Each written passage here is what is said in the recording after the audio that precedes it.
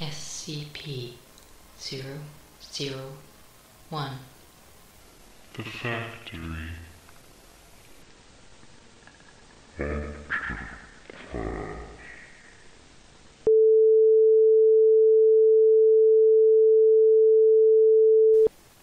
Good evening, Doctor. No, don't stand up. And yes, I am who you think I am. Let's not make any more of this than it is. You know my number, and I know enough about you to make a duplicate that even your mother wouldn't be able to tell apart from the real you. No, that's not a threat, just a fact. Now, as to my business here, it seems you have stumbled upon something above your clearance. Well, no, stumbled is not the right word. Dug up, perhaps. And you are getting to the point where further digging would end in some fairly lethal gunshot wounds. This would be a sad state of affairs, as you are otherwise quite a good researcher. Therefore, you are getting something very few people in the Foundation ever get. An explanation. Yes, we were alerted when you first started digging into SCP-001. Every researcher who's been around for a while looks into it. Most are satisfied when they uncover the angel with the flaming sword. It's buried under enough levels. But then you started looking into the factory, and that is when I knew you wouldn't stop. So here it is, plain and simple. The factory is SCP-001, but it will never be written up. It was a choice I made early on in the creation of the Foundation, and a choice I still stand by. You researchers are far too curious. I'm not sure which scares me worse, that we'll never understand the factory, or that we one day will. Oh well, I'm sure you're eager to learn more. The factory was built in 1835. Back then it was known as the Anderson Factory, named after James Anderson, a rather well-to-do industrialist. It was built in, well, we'll just say America, and was the largest factory yet designed, a good mile across at its widest, 3 stories tall throughout, with a special 7-story tower by the front gate that Anderson lived in. It was designed to be the ultimate factory, capable of taking care of everything, including the housing of workers. People could be born, work, live, and die without ever leaving the confines of the factory. And work they did, on everything from cattle raising and slaughtering to textiles to everything else under the sun. Now, no one knows whether James Anderson was actually a Satan worshipper. It was just as likely that he followed some kind of pagan gods. What is known is that he was very exact in the building of his factory, and in the placement of his machinery within it. Survivors claim the floor was engraved with arcane symbols that were only visible when blood flowed across them. But then, the survivors claimed a lot of things. What is known is that Anderson made his money on the blood and sweat, and sometimes body parts of the lower class. His journals indicate he thought of them as less than human, being put on this earth only to serve his will. Of course, at that time, no one knew about his predilections, and so people flocked to the factory, a place to both work and live at the same time. Well, of course people wanted in. Never mind the harsh hours, working conditions, sadistic security force, and all the rest. Factory workers were forced to work 16-hour days, work only shutting down on Sundays, between sunrise and sunset. Workers were not given individual rooms, instead sharing rooms with 8 other people, sleeping in shifts of 3. Medical attention was unheard of. If you were injured in the course of your duties, which most people were, you were expected to just keep working. Anyone too injured to work was dragged off by the security, never to be heard from again. For 40 years, the Anderson factory cranked out all sorts of things for people. Meat, clothes, weapons. Never mind that the beef might be mixed with human. Don't care that the weapons were forged in blood. No attention need be paid that the clothes were dyed with. Well, you get the idea. Rumors leaked out, but the products were so good. Why bother? Until someone got out. I never met the brave soul who managed to escape, but she managed to meet with President Grant, and, in 1875, he enlisted my aid. At the time I was... well, it doesn't matter. We'll say I was military. Kind of. And that my people were the same. 150 good men and some few women, who were often given jobs that weren't supposed to be common knowledge. We'd be cleaning out some Confederate holes out, and some of the worst things we found down south. So we did some research, didn't like what we saw, and went in, loaded for bear. I don't actually remember much about the night it all went down. Most of it blends together in my head. I get flashes, sometimes, of the people chained to the line, living next to dead. Damn hard to tell which was which. Children working underneath machines, the majority of their flesh scored from their bones by the great wheels and cogs, and the other things. No, I'm alright. I haven't thought about that night for a very long time. The security force wasn't much of a problem, but then Anderson's creations showed up. He'd been taking the injured workers and, well, experimenting on them. Men, if you can call them men, with multiple arms sewn together, some of them combined with animals, horrible monstrosities out of mankind's worst nightmares. They kept coming, wave after wave of not quite living creatures. I lost a lot of good people that night. And then we found Anderson's breeding pits, girls as young as 8 chained to the walls, forced to be nothing more than... I'm sorry. Even today, more than a century later, the memory makes me see red. When we finally found Anderson cowering in his office, we hung him from his tower window with his own entrails. As he died, he laughed, saying it didn't matter. We could kill him, but his factory, the factory, would go on. He was still laughing 24 hours later when we finally cut him down, had him drawn and quartered, and then burned the remains. The entire time, he uttered blasphemies that I don't like to think about.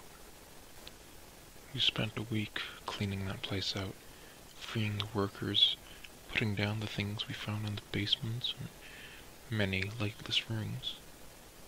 We pulled out things that were useful, stocked them in a house near the gate, tried to make sense of everything. 150 of us went into that hell pit that night, and only 93 came out. By the end of that week, we were down to 71. But the things we found in there, my God. Well, you've been with the Foundation a while. They wouldn't seem as amazing to you, but we found toy guns that shot real bullets, a yo-yo that would flay the skin from anyone it touched, hammers that only worked on human flesh, a breed of skeletal horse that ran faster than anything we'd ever seen, cloaks that seemed woven from the night itself, and let men access a shadowy dimension that... I get away from myself. We found tools, both wondrous and horrible, and we were faced with a choice. I gathered my highest ranking, well, we'll call them officers, to me, and we tried to figure out what we would do. They all had opinions. The chaplain, he had gone a little crazed, thought all these objects must be miracles sent from God, holy relics to be worshipped. Marshall and his little toady Dawkins thought there was a fortune to be made here, making and selling these things to the highest bidder. The Injun we all called Bass due to his deep speaking voice. He called these things an abomination and declared that we should hunt down and destroy everything we could find. And Smith thought we should take this stuff back to the president. The only one without an opinion was the old man, but he never said much of anything anyways. We argued for hours, days, trying to work it out. Me? I thought we were sitting on a gold mine all right, but that we could use these things, these objects, to hunt down some of the scary things we'd run into down south, the other monsters this world had to offer, and use this factory for good, as a place to contain these things, find a way to make them work for our fellow man, or at least protect our fellow man from having to deal with them. I'm sure you can figure out what happened. The chaplain snuck away in the night with his devotees, taking a couple of small items with him. Marshall kicked out when we found him, abusing his authority. He promised he'd get revenge, and that little Dawkins led the rest of their group off with some of the juicier items. Bass and his people tried to light the whole thing on fire. Then, just left when it didn't work. And Smith left to report back to the president. I did manage to get him to promise me he'd tell Grant the factory had been destroyed. I had big plans for that place. Of course, it was kind of hard to follow through on big plans when you only have 12 other people to work with. But it was a start. And it worked. For a while. We had these amazing toys, and finding people to work with us was easy. Back then, going off the grid was as simple as leaving town. We knew what we wanted. We knew what we could be. Leventhal set out getting us backing.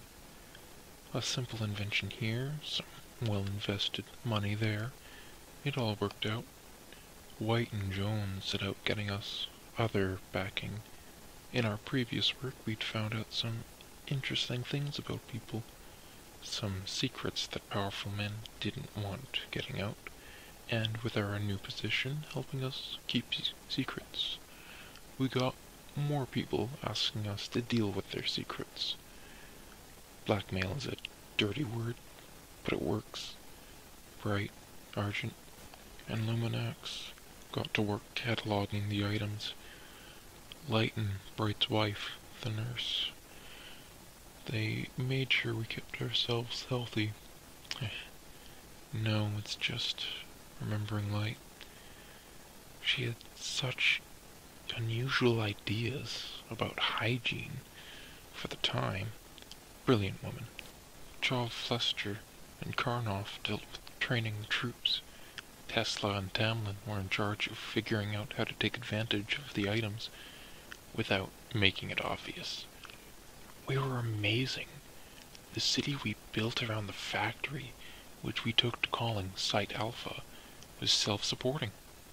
Agents, researchers, operatives of all sorts. Not by those names, of course, but those positions. We expanded. I'm sorry. I'm an old man. I know I do not look it, but the body lies. The mind doesn't always remember right. And sometimes I get lost in my memories. Things get confused. But the long and simple of it is this. We used the factory. It always seemed to have more empty rooms to store things in. Back then, that was the word for them. Things. No skips then, no. We thought we had the factory tamed. That's one of the reasons I refused to quit this job. If there's anything I can do here, it's to remind people that we will never tame these things. Contain them? Yes. But as we saw with Abel, tame them? Never. After a decade or so, we were pretty organized, the 13 original of us being called by numbers, not names. We knew how to make things work, and a thing or two vanished inside of the factory still, and the occasional D-class. What? Yes, we had D-class back then. Disposables. That's where the D comes from. Had to have someone to test things on. Tesla and Tamlin were both very firm about that. But yes, sometimes we lost people who didn't matter. Dr. Bright was fond of saying it was the factory taking its toll. You can't get something for nothing. 1911 was when it all went wrong. Things, we called them fairies, an entire race of things living beside us. They could look the same as you or I, the only obvious difference was an allergy to iron. Yes, that's why we call them fairies. No, you haven't heard of them. Why? Because it's the one time the Foundation wiped out an entire race of things, root and branch, and I'm the one who did it. We'd been hunting them for some time. We'd run into them a time or two before, coming out on top. So when a certain royal asked us for help, of course we were eager to get them in our debt. We've always loved having people in our debt. We sent a team to help out, take care of what we thought was a hunting party. The next time we saw them, their heads were on poles, attached to saddles of the creatures the fairies rode. When they attacked the factory, it was horrible. 3 words, but they convey so much. I'm sorry, please. Give me a moment. I've never told this part to anyone. You should consider yourself lucky. And if you ever tell anyone any of what I'm about to impart on you, I will not just kill you, but everyone who shares your DNA in the worst ways possible. You'll think Procedure 110 Montauk is a walk in the park compared to what I do to you. We lost.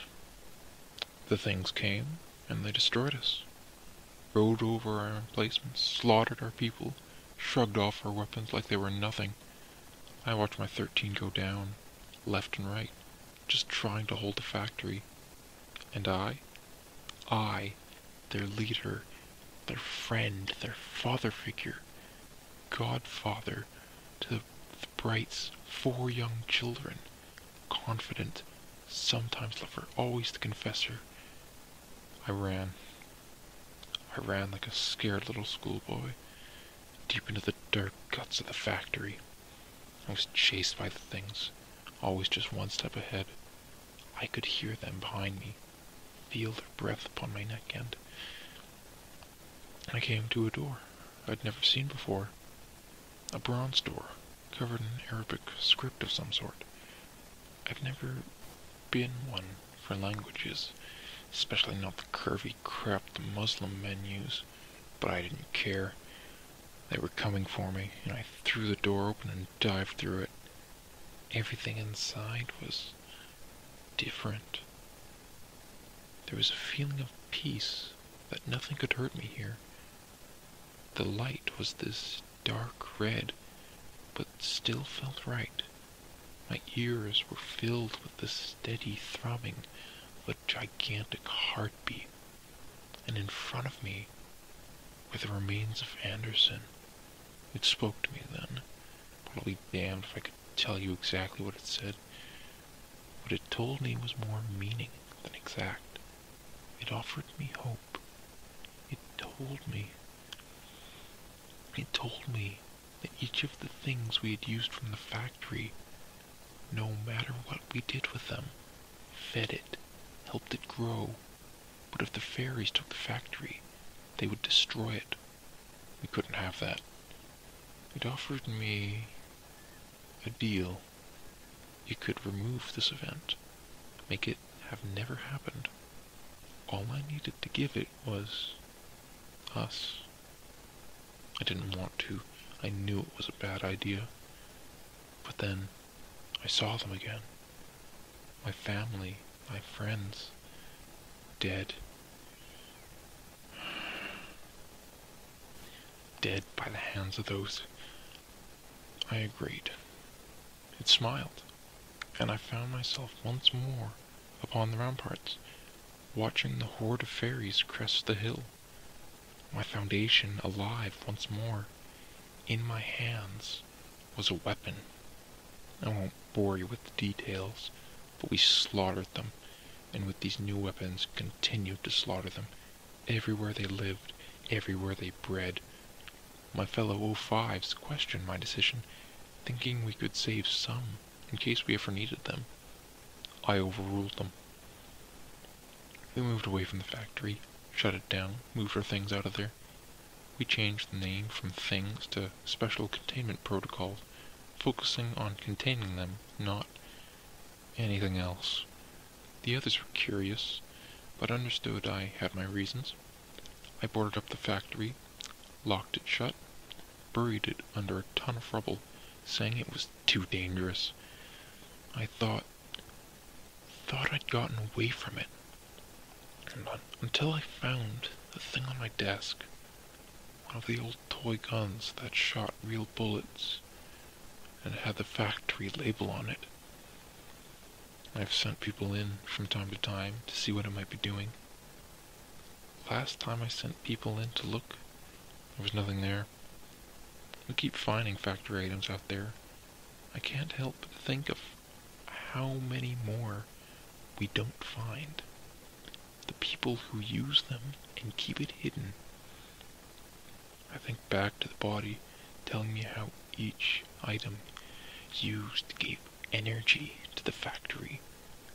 I never asked it, energy for what? I don't think I want to know. What do we give it? D class, mostly.